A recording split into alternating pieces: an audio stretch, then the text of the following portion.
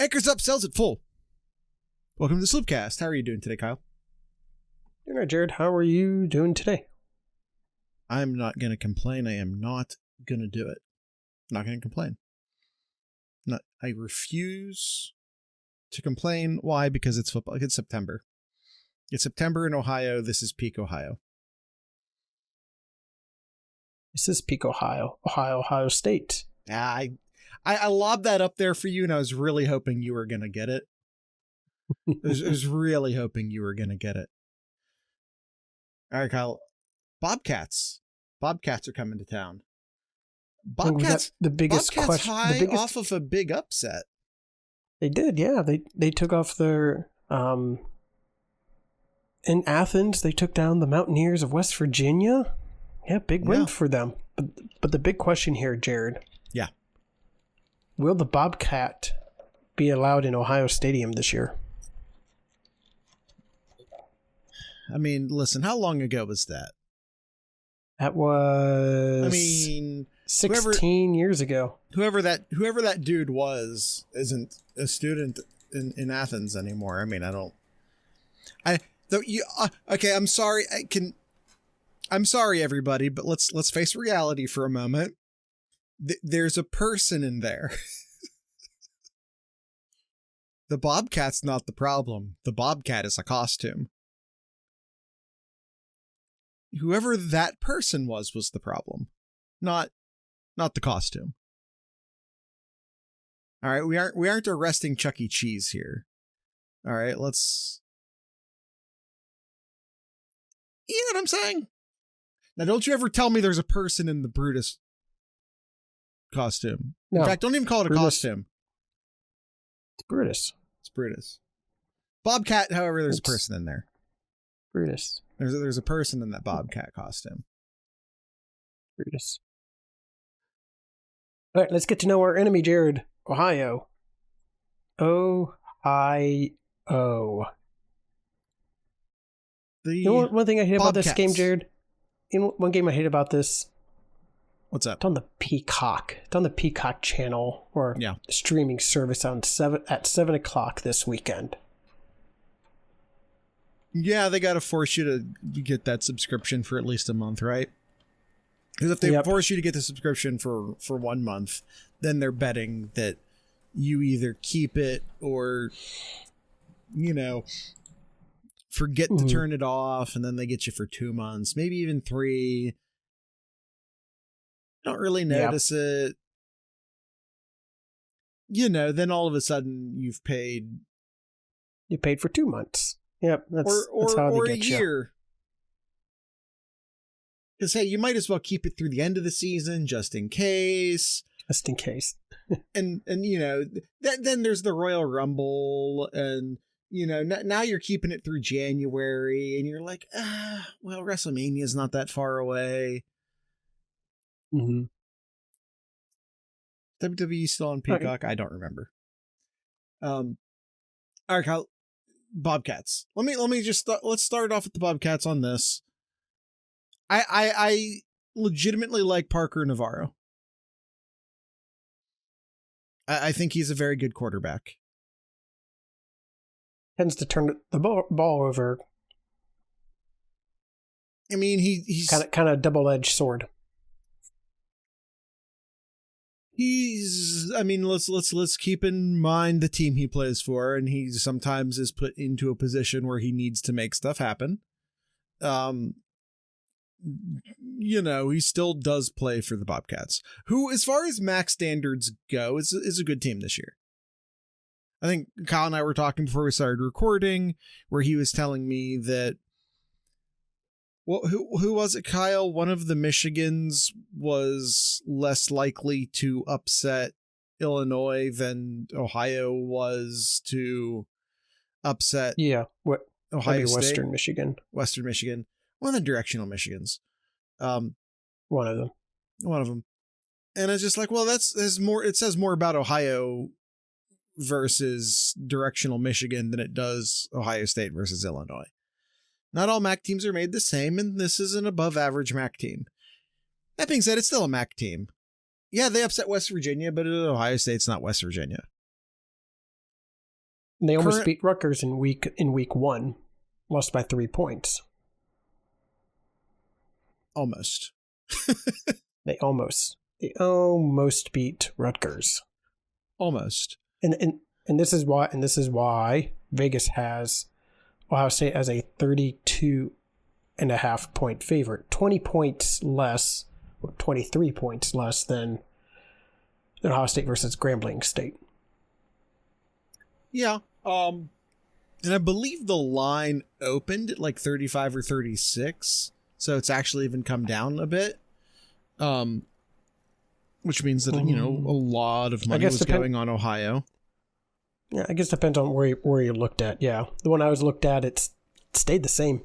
Well, it's actually down to 31.5, but depending upon either way, we're locked at 32.5. So yeah.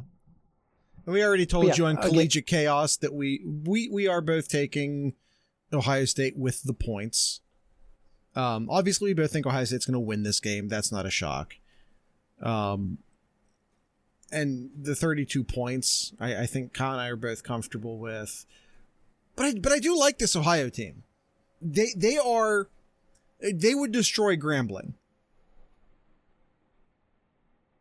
Yeah, I think so too. And let's take a moment and again, it's only 2 games. Granted, it's only 2 games, but they were 2 games against Power 4 opponents. Were they good Power 4 opponents? No. They weren't. West Virginia is not challenging for the Big 12 this year, and Rutgers isn't challenging for the Big 10 this year. But theoretically, they should have been outclassed. Points per game, 24-22. Yards per game, gaining 434, giving up 324. Yards per play, 6 offensively, 5.4 defensively.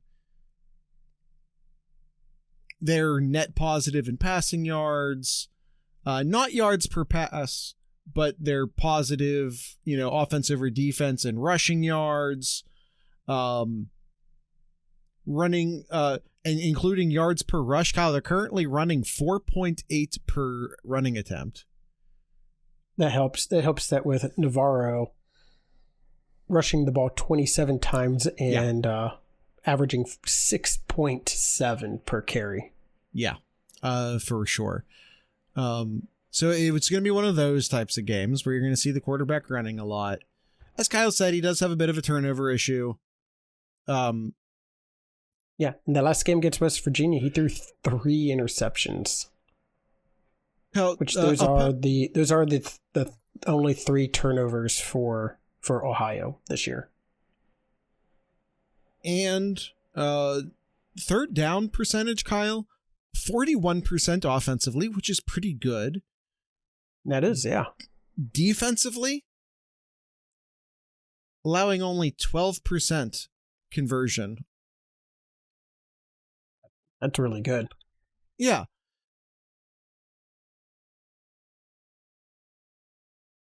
That got me kind of curious. I'm going to see if I can look it up. Kyle, look it up real quick. Like, what do you think Ohio State is for third down, for their third down conversions? Offensively or defensively? Actually, Ohio State's actually. Is this correct?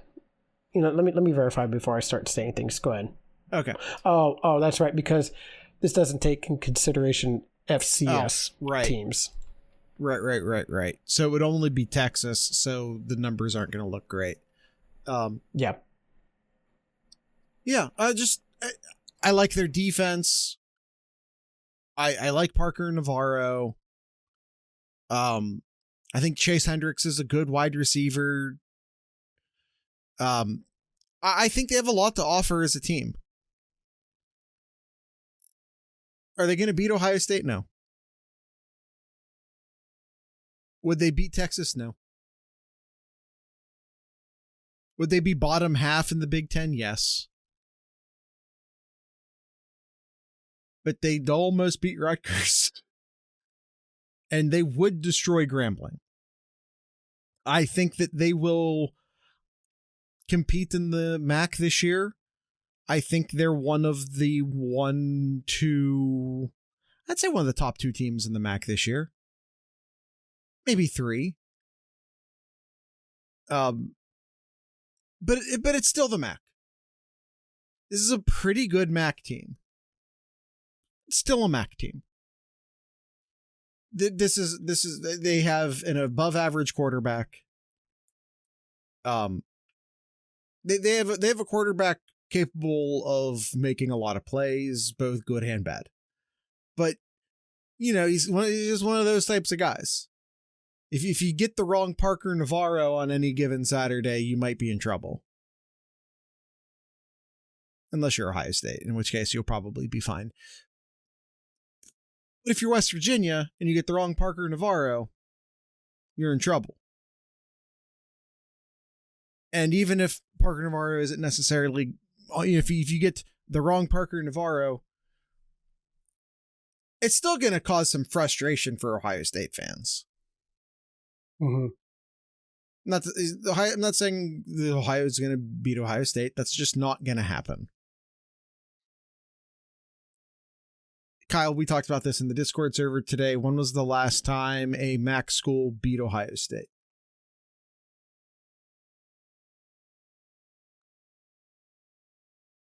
Trick question.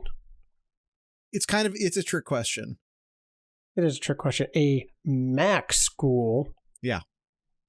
A team that was in the MAC at the time. Yeah. 0. They have never. It has never happened. Yes. Now, that being said, Ohio State has lost to Akron like over 100 years ago, back in 1890 something. But and they weren't called Akron. They weren't even called Akron yet. There was no MAC. And of course, Akron wouldn't even join the MAC until 1994 or something like that.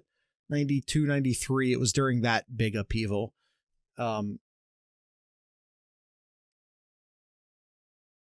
Point is that it's technically never happened. Yeah. Along those same lines, Ohio State did lose to Cincinnati at one point, and Cincinnati was in the MAC at one point. So, but not at the time. Though. No, and that's where there was kind of yeah. So that's Ohio State's never lost to a MAC school, and it's not going to change on Saturday. Nope. But I do like Ohio for a MAC school. That's what this boils down to. I like Parker Navarro. I like their defense.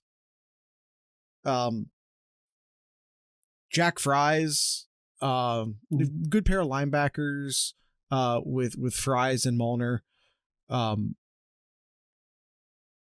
Adonis Williams Jr. is a good safety. I like this their team. Their linebackers are seniors and graduates too, so they got a lot of experience with their linebackers. Again, very good MAC school. Yep. But a MAC school.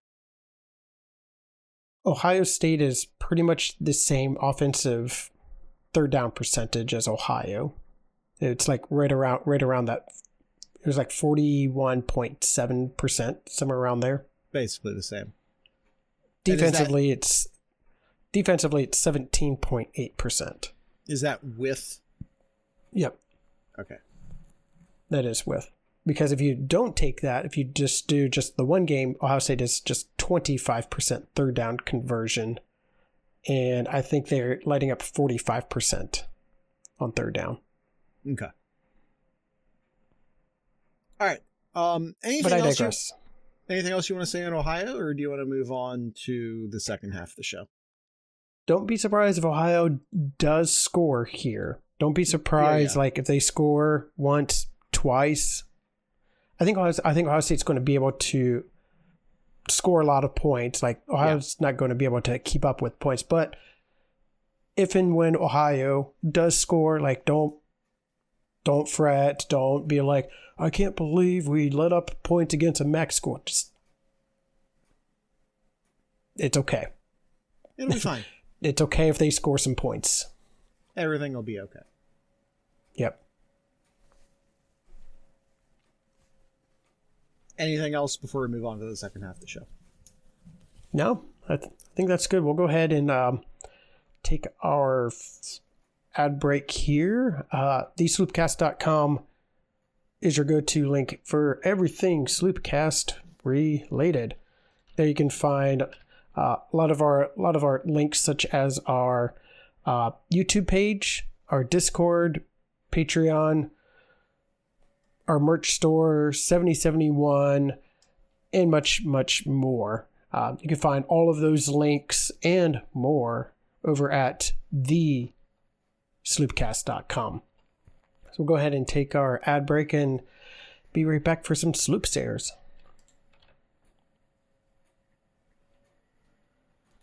All right, Kyle. All right, Jared.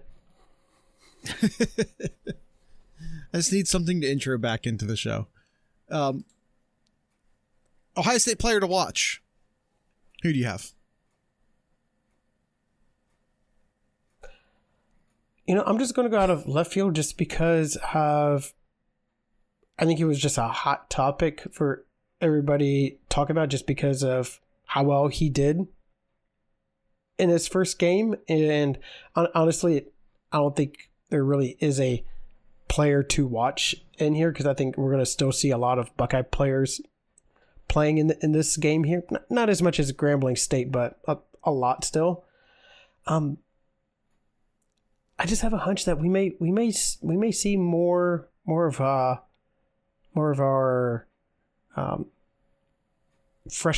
shiny freshman running back here, Bo Jackson. All right, that is a bit out of left field. I'm going to stay right in center. I'm going to stay directly in center field. I'm going Julian Sayin here. I still think Ohio State's season-long fortunes are very much tied to Julian Sayin. I think he still, to me, is the biggest question mark on the team. I saw flashes of what I wanted to see against Texas. He obviously looked great against Grambling, but Grambling, at times it was like just playing catch against no defense at all. He did, of course, throw an interception in that game. But it'll be nice to see him somewhere in between, right? Mm-hmm. You go from this great Texas defense to an FCS school, and now I get to see him somewhere in between those two things. So I think it'll be really interesting to watch Julian Sayin in this game. Sure. All right, enemy player to watch here. I think the obvious answer is Parker Navarro. Yeah. The team's only going to succeed for how well he does. Very accurate passing the ball. I don't think we covered that part. Very accurate. 69, nice 0.4% completion for the year so far for Navarro. But also rushed the ball 27 times for 180 yards and a tutty as well. Did mention like he has thrown 3 interceptions in the last game against West Virginia. But yeah, it's Navarro. My pick is Navarro, but I think the other pick you could possibly pick is maybe their standout receiver, Chase Hendricks, who already has 17 catches already for the year in 2 games. So that could be another person on the offensive side that you could pick as well. Key matchup. Well, who do you got for your enemy player to watch, Jared? Oh, no, I just agreed with you. It's Parker Navarro. Oh, okay. Yeah. Key matchup. I'd say it's Navarro versus versus Ohio State linebackers. You got to keep Navarro contained here. He's a runner. He is a runner. He's a very, very mobile quarterback. He's going to try to make players miss here. So being able to contain Navarro. So it is Navarro versus the duo linebackers of Ohio State. I have a very similar answer. Yes, a dual threat. Very similar answer. I'm going to say the defensive ends against Parker Navarro. You got to keep containment. You got to get some sacks. You got to create pressure. So we're on the same wavelength there, but a slightly different take. Okay. Fair enough. I am more afraid, not, and this is not to knock Navarro as a thrower of the ball. It's that I really like Ohio State's defensive backs against Ohio's wide receivers, and a scrambler is just such a wild card. So specifically in regards to Ohio State, I'm more afraid of his legs than his arm. Mm-hmm. Right. Fair enough. 32.5 points is the spread that locked in here. Some have it down to 31.5, 33.5, but we locked it at 32.5. If you listen to our episode from yesterday, Jared and I have already hinted at who we picked here. We actually not really hinted, but we did say who we picked here, and it is the team in scarlet and gray. It is the 11 Warriors. Brave and bold. Brave and bold. Thank you, Jared. Yes. I was hoping you would finish that. Okay. I didn't know if you were waiting on me or if you brain farted. I was tossing it up to you, Jared. Okay. All right. Yeah. 32.5 points is not enough. Agreed. All right. Obviously, if we're taking Ohio State with the points, we're also taking Ohio State to win. So that's the winner pick. Kyle, do you have a final score? I have Ohio State with the score 45-7.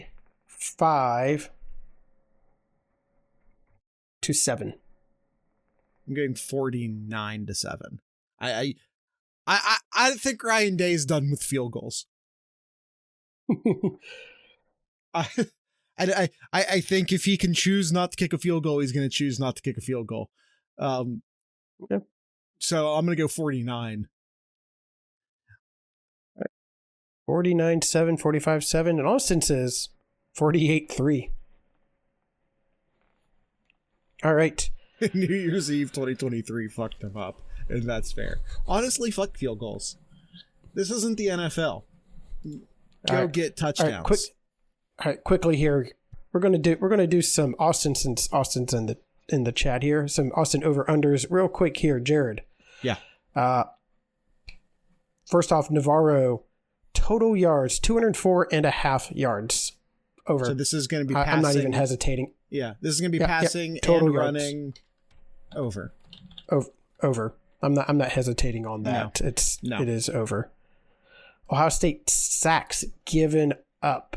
The one thing that can screw us up on that first one is if he gets like popped and hurt. But sure, regardless. Yeah. Sacks given up 1.5. I mean, under. I'll take the under from what I've seen so far here, Jared. Under. All right. Bangura, which is their running back that we didn't even talk about, 36 attempts, 152 yards, and a touchdown for the year. Mm-hmm. He has yards per carry at 3.37, which that is a concern that we've talked about in our Scarlet and Grade episode of Ohio State. Letting up some yards per carry is a little bit higher than we would want. Can Ohio State lower that in this game here? 3.37 yards. What say you, Jared? The team will go over that, but Bangura won't. I agree. Navarro I think it's going to be under as well. I think Navarro would probably get close to 5 And I'm going to be honest. I think he'll get like right around 5 yards a carry. Jackson. I just talked about him before you joined, Austin. Bo Jackson. 6.5 carries. If I have him for my player to watch here, he's got to get over on that one for me. I think he earned some extra carries last week. This of course totally depends upon how quickly Ohio State goes up in this game, which goes back to my player to watch for Ohio State, which is, if we get the same sort of consistency, out of saying that we got last week or close to it, the expectation can't be that he goes 17 for 17 to start the game. But you know what I'm saying?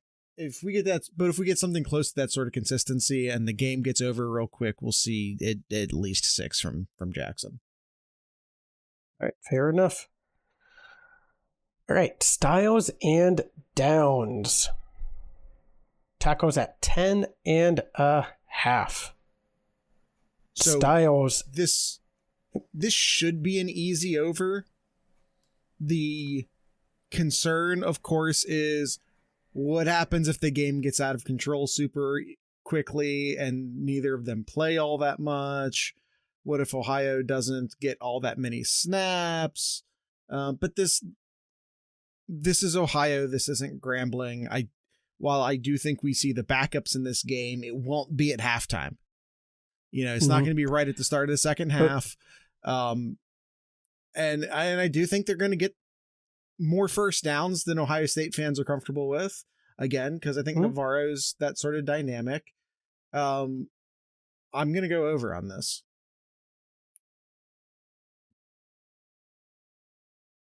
I'm kind of torn on this because I mean, if you try to look at the numbers, it's very misleading just because they didn't get to be on the field as much in the last game. But if you take consideration of the Texas game, well, look at that. They combined for 10 tackles. I see what you did there, Austin.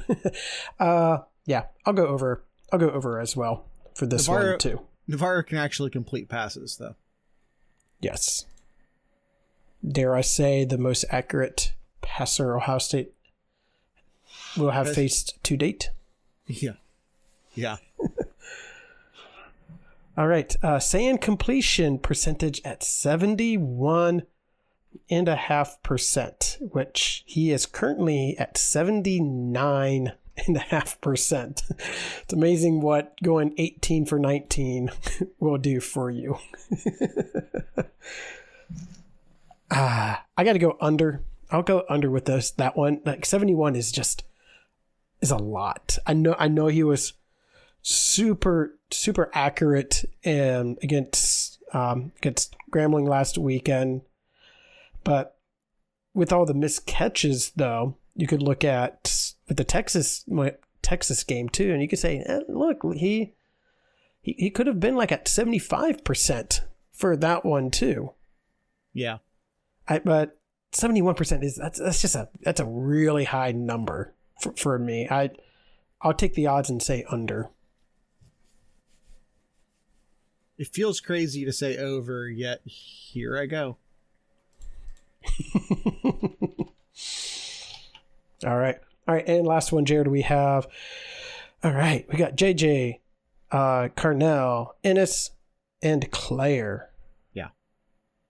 Receiving yards at 211.5 yards combined. Yeah. Again, I don't feel like this is a game in which you're going to see the starters pulled at halftime, which makes this number very achievable. So I'm going to go over. Yeah, I was looking at, again, just it's very limited on what you have to take in consideration for last weekend, but 224 yards for those four against Grambling last weekend there. So I'll say over.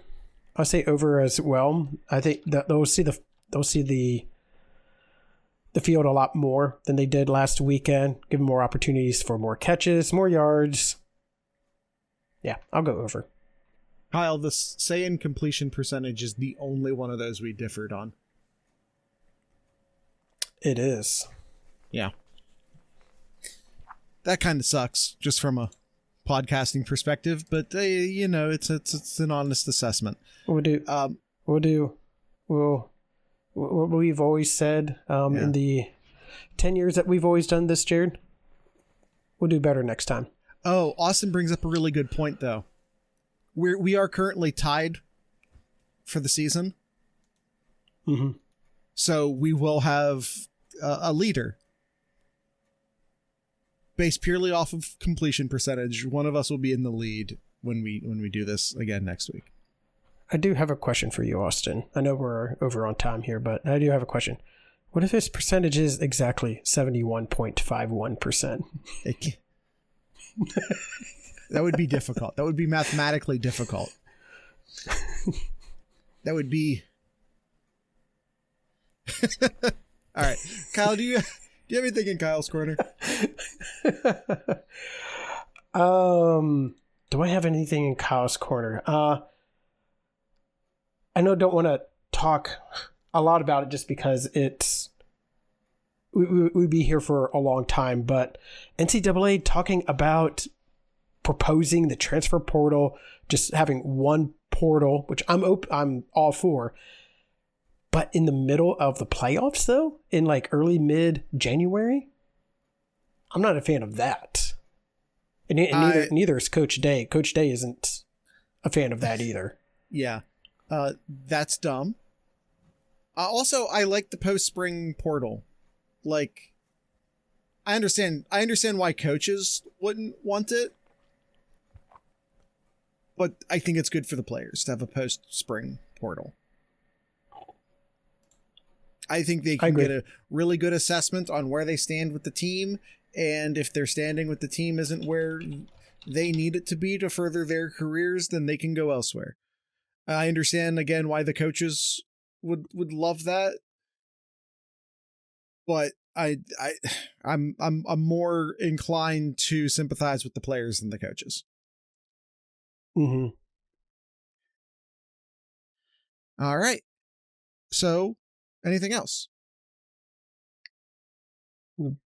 Buckeyes in the NFL had a great opening weekend as well. I know a lot of attention on the wide receivers who had like almost 500 yards combined in the NFL in week one there.